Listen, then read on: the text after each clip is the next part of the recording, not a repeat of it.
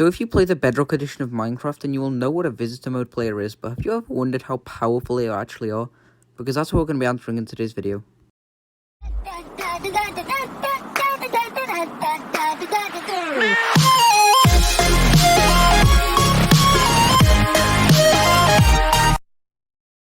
Even with their lack of permission, a visitor can still impact your world. Their description says the visitors can freely explore your world, but cannot interact with blocks, items, or entities. Trust players off. Which is false, because they can in fact interact with items and entities, which will be seen later on in the video. But first of all, we have powdered snow as a very deadly thing for visitors, because once you get in it, you can't get out because you can't break the blocks, and you can't jump out because powdered snow just doesn't let you do that, as you can see here. Another thing is that I've heard sweet berry bushes can be harvested of their berries. However, I couldn't get that to work here, but if you did manage to get them, I can confirm you can eat them. My next point is that you cannot attack things when in visitor mode, and also you cannot ring a bell for some reason, which I find kind of strange, but because, yes, it does have interactions apart from aesthetic ones, because villagers go in houses when they hear the bell, so it does kind of make sense, but I feel like that should be a thing, considering how much other stuff they can do, which we'll be getting into very soon. Now, as you will have just seen, visitors can take damage from mobs and are targeted by them if in survival. They also cannot open doors, and if you do pick up an item, you can't drop it, which is a little bit annoying sometimes, but you can't actually fight the mobs back. So with that knowledge, why not get an iron golem to fight for you? If he kills a mob that drops edible items, you can pick those up and eat those, which is good if you're trying to eat food while in visitor.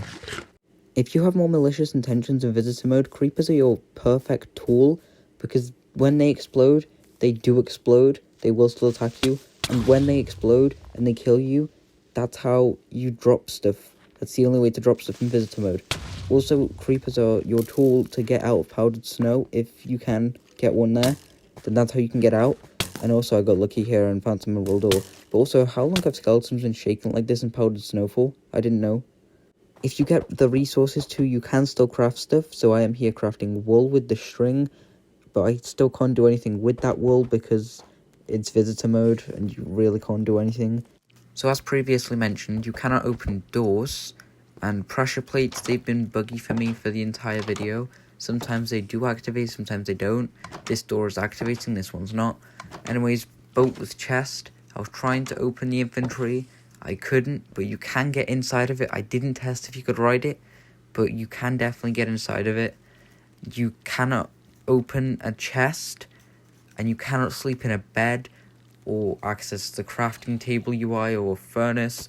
You can, however, take armor and tools off an armor stand, which is how you can interact with entities. This armor has Thorns 3 on everything, which you'll see in just a second.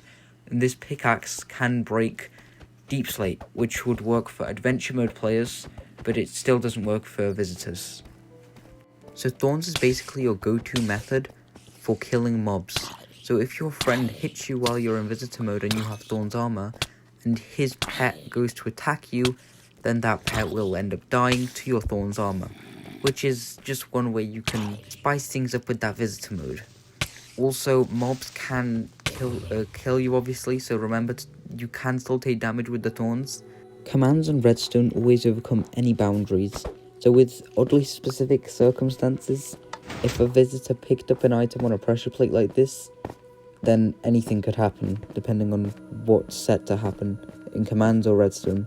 With mobs still attacking visitors, a visitor could technically find one of these systems and have a mob walk over the pressure plate to activate a TNT or any other kind of circuit or command to execute, which could also lead to destruction.